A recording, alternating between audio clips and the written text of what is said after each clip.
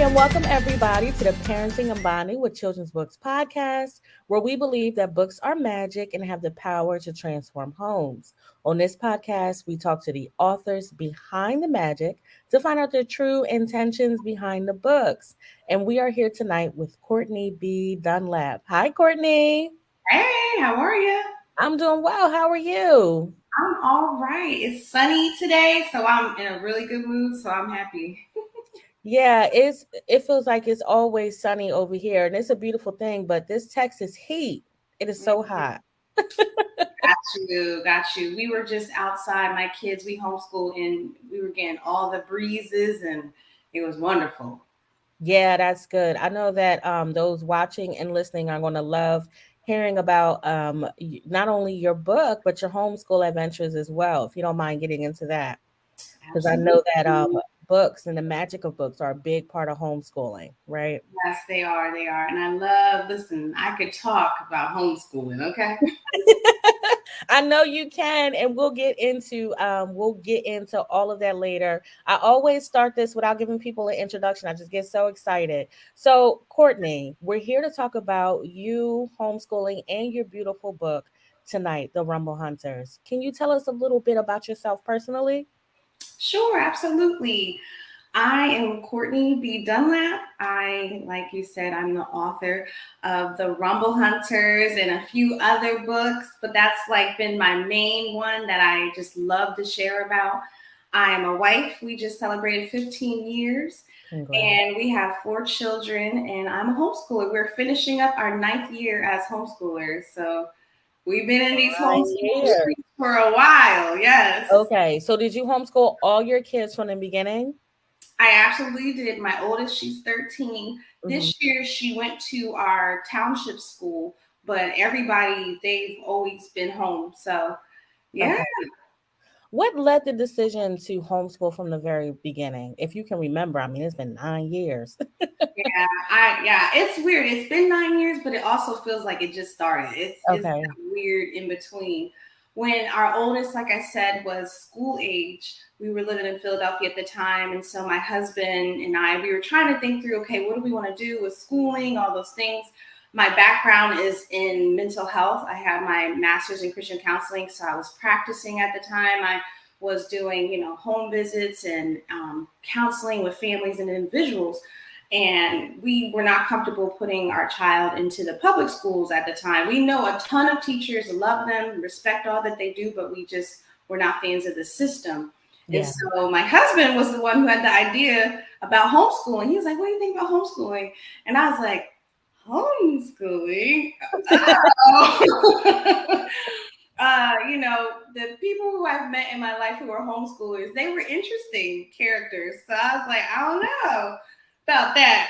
I know But what you the way TV, especially back in the day, portrayed it, the very interesting character. So yeah, I get that. very much so. No shade, but it was just different. And I Hmm. only knew a few people at the time who homeschooled. So I was really hesitant. Hmm. But we have dived in and we've gone deep, and I love it, love it. I run a homeschool group virtually and in person, and I coach people who are interested in my biggest thing is, as long as you have the desire to teach your children, you can. You just need the right Yeah. tools, resources, and support, and you can do it. But if you don't want to teach a kid, then I'm like, well, I Hmm. can help you. Yeah, yeah. So I know there's a lot of talk in the homeschooling about like curriculums and how to find curriculums, but a big part of it as well is just what we're here to talk about tonight. It's like children's books and storybooks. Absolutely. How do you fit that in, like reading time with your kids with homeschooling? Yeah, that's a good question. We are readers in our house. Hmm. We love my kids. It's funny, even in the car, they'll have books. As long as they haven't read through all the books that they Yeah. have, they will bring their books in the car on car rides, and it's just a part of our family kind of dynamic. I will admit, when they were little, we were not the best parents. We did not read to them a ton, but Okay. we have grown and learned to understand just the importance of it. I think at the time we were just knee deep in diapers, and I was just trying to survive because our kids are like bam, bam, bam, bam, bam. But Yeah. now reading is very important. And so, honestly, the brunt of our schooling is done through books and through reading. Okay. Thank you for sharing that. I know there's a lot of parents out there that don't even know like how to get started with reading to their children. So hearing from somebody, a homeschooler, an author, that's authored more, than just one book that says we didn't take reading as seriously in the beginning, but you got started and it's going well. So, that's beautiful. So I hope you guys out there that are wondering like, how do I even get started reading to my kids? I feel like it's too late. It's never too late to start reading to your kids. Not at all.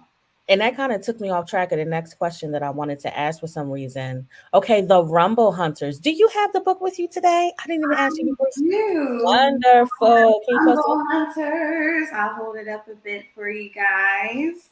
I love this story. It was such a fun book to write. It's my favorite. I'm sure it was. And let me just tell you, I don't know, because when I first met Courtney, y'all, and this is actually our first time meeting like on camera, but we've talked and chatted through text. And when we first met, we learned that we're from the same area, right? Small world, right? Yes. And so when your book released, I remember when your book released back in 2020, because all the people from like the town we share, I'm Yeah. not afraid to say where I'm from, but I didn't want to put that out there about you. Like everybody was like talking about it. And I was just like, oh, this book is really making a rumble in these Oh, book streets. that's funny. So if you had to like elevator pitch what the book is about, what would you say? Absolutely. The Rumble Hunters is really a bedtime adventure, but you can read it any time of day. It's Yeah. about a little boy who hears a mysterious sound that wakes him up, and so he decides to go on a hunt to find it. So, of course, he has to bring his animals, the pets come, his siblings come, everybody has to come, and they Yeah. join and team up to become the Rumble Hunters. And I love that, right? And I love two things. I hope I don't lose track again. But the first thing I want to say is I love you said you can read the bedtime story at any time. And then a little earlier on, you mentioned that your kids, y'all have books in the car. We talk to parents all the time, like they're like, well, how do I find that time to read to my kid? Or at the end of the night, oh, like I'm always so tired. I don't feel like reading, get into reading. Like you can find moments throughout the day, like just to read to your kids, Yeah. like, doctor's office, waiting in the pickup line, if you send your kids to school, so many moments in the day. And Absolutely. then your book, I mean, my son is always trying to take his little stuffies everywhere. He's 8. I don't Oh, know if he's gonna look at this like, why are you telling him I have stuffies? But he has oh, I love it.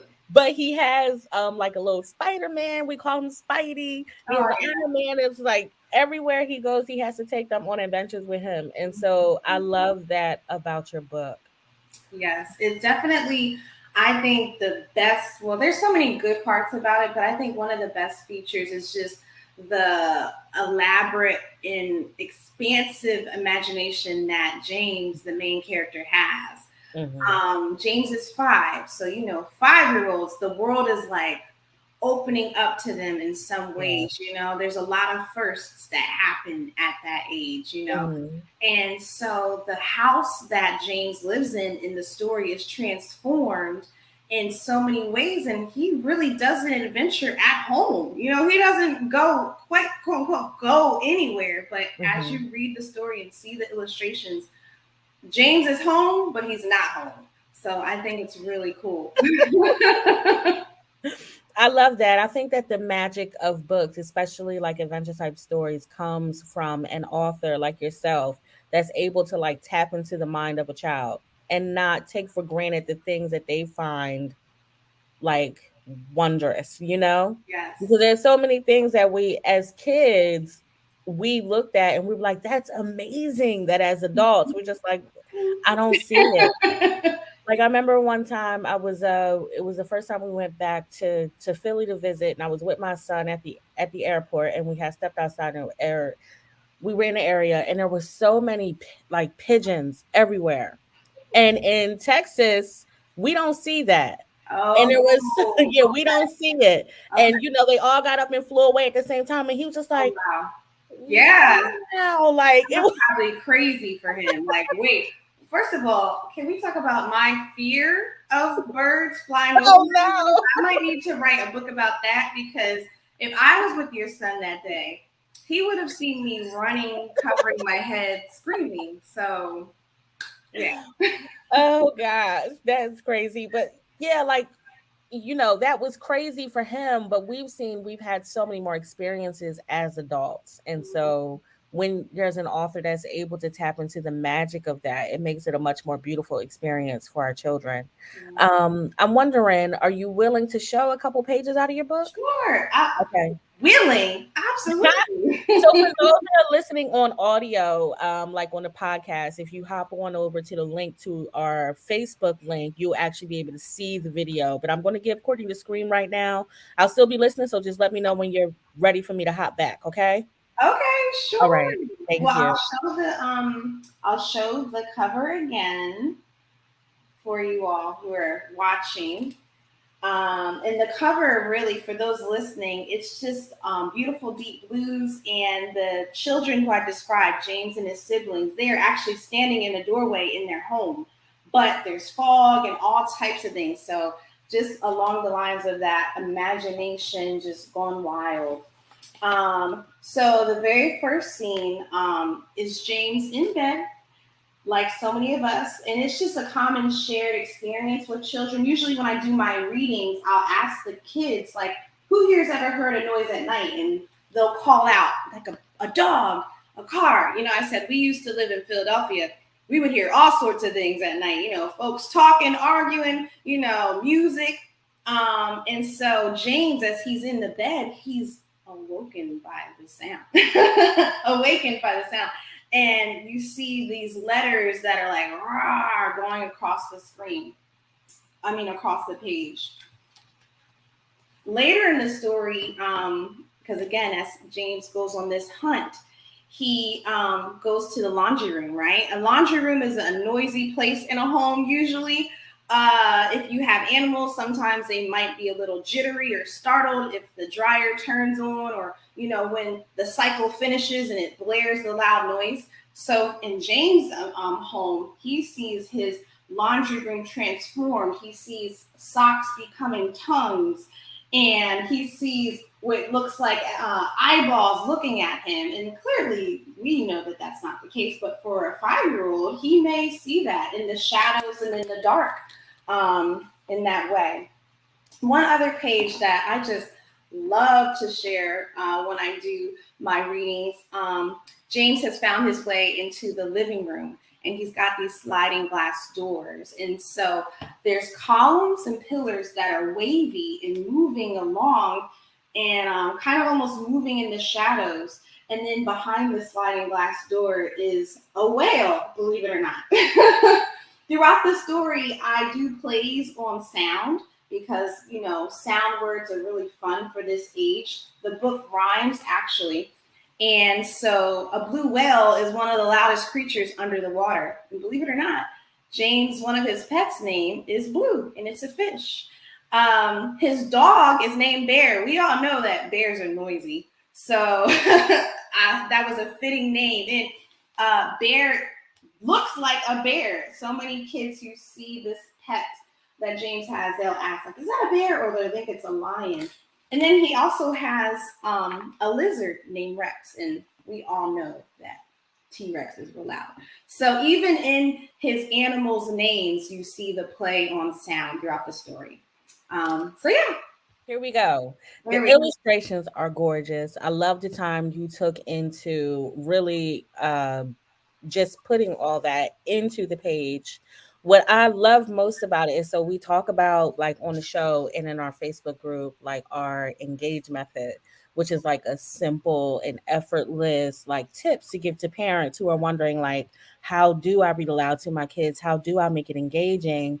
And one of the things is, and notice something on the pages with them. Because the goal is to, like, bring them inside of the book with you, bring them inside of the moment with you. And there are so many opportunities in your book to, like, just point stuff out, like, oh wow, that's so cool. Do you see that? Or what else do you see? Because you put so many, like, secrets Mm-hmm. So many I didn't even share them all secrets. throughout the pages. Yeah. Actually, my illustrator did a great job of hiding certain things on each page. And so you can go through the story and point it out, like, oh, I see it again. Oh, I see that again. So even that's Yeah. fun.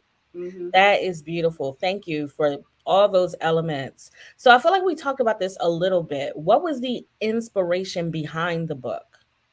So, James really is the opposite of me. Mhm. When I was a kid, I was not James because James, he's brave and he's ready to like just jump right in there. If something is curious for him, he's like, oh, I got to figure this thing out. Whereas me, I was timid when it came to like things that were unknown. If I heard a noise at night, I would pull those covers right on over my head. Running joke in my family, I have an older sister. I would always crawl into her room, and my mom, she every time we get together, she just loves to tell people how I used to crawl into my sister's room even at 13. I'm like, Mom, how you gonna put my business out there like You that? just did it to yourself, though. I did. I was a scary cat, and I identify with that. We have 4 children, and some of my kids, they'll remain nameless. I won't say which ones, but some of them have struggled with fears, which is a very real thing in childhood. Yeah. And so I wanted to create a story where there was a boy who was brave, even though there might have been a scary thing. So the thing I say to people is brave in the face of scary things, you know? Mm. The unknown, because that is definitely a common feature of childhood. So that really is a lot of what went into the inspiration of this story. So yeah. Yeah, that's great. Thanks for sharing that. And it's so real because I know that. Oh, and what you just said in my mind, I just kept thinking, do it afraid, do it afraid. Mm-hmm. And there's so many times where our kids, they have these fears that we might try to minimize, but Yeah. they're so real, and sometimes they become real just because of their imaginations. Like Yeah. they're imagining all these like crazy, Yes. scary things, you know what I mean? And so Mhm. when you can turn, like, help them, give them positive like imagery and fun imagery and imagination, like in books like this, maybe like little by little it can help them to not see so many negative images. Oh my, and I think about all the crazy things that they might see like on YouTube and TikTok. Yes. Yes. They go to sleep with these nightmares. And I'm reminded, if I can just tell you guys real quick, when I was younger, so I grew up, I tell you guys all the time, in Camden, New Jersey. And so Okay. I lived there up until I was like 8 or 9. And I had this Cabbage Patch doll lamp that my mother was so proud of. Little black girl. She My had sister had the same one. it was right in front of my window. Mm, And outside, look, when you look outside of the window in Camden, you're not seeing plush gardens look, look, listen. I went to and Rutgers Miami Camden trees. for So, 4 years, so I was on campus all 4 years at Rutgers Camden, so I know Camden. so whenever that light was off and I saw those little beady eyes Oh yeah. staring back at me, I was Mhm. like, when we moved, I left that lamp in Look, Camden. But I listen, they can still, have it. yeah, those images. Like I used to be scared. Like I don't even want to turn the light off because I don't want to see these. It was a creepy doll. I'm not gonna lie. She was very creepy. My mother was just so excited to bring in a black doll, especially at that time, Yeah, like in the late 80s, early 90s. It was, sad to say, even now, it's a big thing, yeah. So, but anyway, I digress. Um, so who's your illustrator? His name is Nazar Harhivsky. Okay. He's amazing. Shout out to Nazar. Yeah. He was wonderful. It was such an amazing experience. I'm so grateful for him because I sometimes hear stories from authors where they're fighting with their illustrator, and it's like, and I know that sometimes is what it is. Yeah. But I'm thankful that wasn't my situation. And, when I came upon him, the publisher that I used to help me publish my book, they helped me find him. And when I saw his portfolio, and then I needed to give him a description of my main characters, and he gave me a test sketch. And I looked at that one and I told my husband, I said, this is my illustrator. Like, he nailed it. And so just moving forward, he really understood, how we say, how the young folks say, he understood the assignment. You know what I mean? That's the Philly coming out. You too much. Yeah, so Nazar was just a godsend. I'm so thankful for him. He really took what was in my brain and he Yeah. put it on paper. I gave him and I can be a little type A, I'm not gonna lie. I gave him Yeah. very detailed descriptions of each scene and page that I wanted. He got it, and he was so gracious. The times I'd be like, oh, Nazar, can we fix this part? And he's like, sure, whatever you need. And he would even give me several versions. He was wonderful. So yeah. Yeah. No, it shows the relationship between the author and the illustrator is so important, and being able to make sure, because I talk about some visual literacy, is a huge thing. Just um like when parents would take their children, I'm sure you guys take homeschool trips, like to an art museum, like all that, being able to like look at a piece of art and study it, and what do you get from it. Like you can do, I'm not trying to take away the museum experience, but you can do all that through a picture book. You know what I mean? Like having them break down the pages, because there are some parents, they don't have a chance to get out, don't have a chance to travel, don't have a chance Mhm.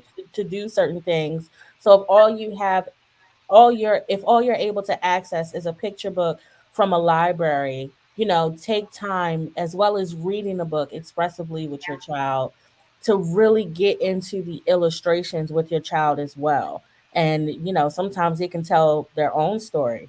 I totally agree with you. And even Yeah. sometimes you'll see books that are wordless books. Those Mhm. definitely have value. Sometimes we think that those are just for like babies or toddlers, but Yeah. if you get a book that is wordless that has beautiful artwork in it, you can tell the story with your child. You can, Mhm. question and wander through the pages together, and there's ties to pre-writing. Even if your Mhm. kid is learning how to write, you can write the story for them as they tell what's going on in the pages. Oh, It that's good. Yeah. can be a nice bonding experience. Yeah, I do that. My youngest is 4. First of all, she wants to tell the story even if there are words on the page. But we love it. So We got to learn to love it, right? right. Mhm. It took me a while to learn to love, and I really, really appreciate them now, the questions while you're reading, Yeah. right? Because sometimes it's like you just want to get through the book. You're like, listen, can we get through It's the book? bedtime. Y'all gotta go to bed. It's time. But Time. that's why we talk about the importance of finding moments throughout the day, so that we're not coming to story time like all tired and drained, but we have time and we're able to like really hear their questions, because they can be so good. And a lot of times the discussion that comes from the book is just like a moment that you can't find anywhere else. Um, Yeah. yeah, what were we gonna say? Oh, I'm sorry. It just made me think of something. Sometimes your kids will notice things you don't notice. Yeah. Even today, like I said, it's nice out. So I try to be fancy. We do fun Fridays for Hmm. homeschooling, and it's been a little bit since we've been able to do one. And I was like, you know what? Let me set up a tent. So it's a small tent. We was all Okay. trapped in that. It was very small, but it's okay. I put up a tent and we were reading out there, and we were reading this new book we just got from the library. I've never heard the author before, Lamar Giles, and it's called The Last Day of Summer. It's about Mm, these two black boys who are detectives. They're cousins, and between looking at the cover and some of the pages, because the illustrator just had a few pictures, because it's mostly a chapter book. But yeah. between looking at the cover and a couple of the illustrations, my daughter specifically noticed that one of the boys looked a little different. His hair was different Mm, in the cover than it was in the book, and so we were trying to figure out which cousin was which, because mhm. the author described the character, and so we were looking at the picture, trying to match the description. And I'm like, how did you even notice that? But they're really paying attention. And she's going to be 11 next week. And so I was like, I definitely did not see that. I was just focused on reading. Yeah, I love how engaged they were, or in the story, Yeah. to pick up on that. That's awesome. Yes. So yeah, so I'm gonna check that. Lamar Giles. You said it's a chapter book? Yes. Yep. Okay. But okay, the Rumble Hunter. So what do you want parents or families to take away from your book? My heart for honestly everything I do, my author brand is called Stories for Us. And I really just take it so seriously that, first of all, people who look like me and my family, we need stories. We need stories for us, written by us. And we need any kind of story, really. There's tons of books and stories that tell the darker side of the history of African Americans in America, racism, segregation, slavery. Those are very important. We need those. Like, people keep making those. However, we can't only have those. And so my really goal and heart through the Rumble Hunters and then other stories that I tell is that we just deserve a fun adventure. We need a Black boy who hears a sound and he was like, let me go on an adventure. We need just everyday life. Our kids need to see themselves as the heroes of the story, not just the best friend, not just the guide. Like, they got to be in the action. So that's really what I want parents and families to take away from the Rumble Hunters. Like, sure, I can go on a mission. I can solve a problem. I can team up. I can work together. I can use my imagination. I'm smart. I'm brave. And that's all the things that people are going to get when they read the Rumble Hunters. That's so good. I read an article maybe a year or two ago, and the author, I mean, the title of the article, sorry guys, was "Where is the blueberries for Sal for Black children?" And I don't know if Blueberries for Sal is a really, really popular book, but it's just all about a kid, a white kid, just enjoying blueberries, like just wandering through the field with his mom, and it's a beautiful story, but there's definitely something to be said and so much truth in what Courtney was just talking about, just the need to have more books with Black children just able to wander through the land, just exploring. And so that's beautiful, and we thank you for putting stories, Rumble Hunters, and any stories. What are you working on now? Let's just skip to it. What's next? Well, I actually just this spring, because I know that journaling is big and kids have big emotions. There's a lot going on right now in our world. Yes. And I know that, SEL, social emotional learning, is big and all those things. So I said, well, let me just put together just a lined blank journal. Because when people ask me, how did I start writing? Literally, ever since I don't even know how old, I've always kept a diary, a journal. Remember the ones with the little locket and the teeny little key? Yes. I don't know who we were keeping out with that little key and locket on it. Whatever. It was necessary. We needed our Moesha time. Important, okay? And you better not lose that key. You in trouble. Goodness. But I actually just published this. It's actually a journal. And this dragon, like I said, there's different recurring things in the story. So that's a play off of my story. And this is just a line journal. My son, he's 9. And of course, when I got these, he's like, I want one. And so he's been writing in it a lot. And I'm giving him his space. I'm not reading over his shoulder. I'm like, yes, go ahead and write, baby boy. I've been working on a coloring journal for teens and adults, because I also do books and things for them. And that's going to be on joy, because we need some joy right now. It's a lot of heavy things going on. And so I think that that's very important as well. So those are some of the new things going on. Thank you. Thank you so much for sharing. So I want to make sure you guys know where to find Courtney and all of her work. You can visit her website at www.storiesforuspress.com. And if you're listening to the audio, that's stories, STORIES, for FOR, us, press, PRESS.com. And that is where, so what can they find on your website, Courtney? They'll find more about me, my journal. Yeah, you guys will find my journals. You will. But my journey, you'll find more about my journey, our family, my books. I also do coach and inspire people who want to become authors, because I'm an independently published author. And when I started out, I was like, what am I doing? Oh my gosh. But I feel like I've learned a little something.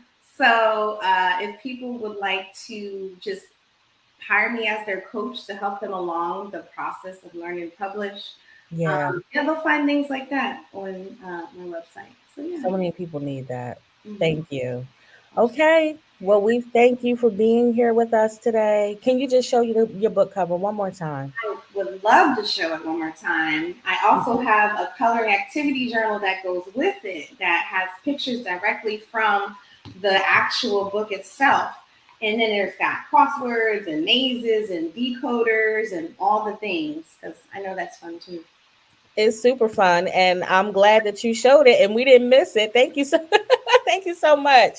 So guys, please find Courtney B. Dunlap at storiesforuspress.com. We thank you so much for being here with us, and everybody have a wonderful night. Thank you so much. Bye everybody.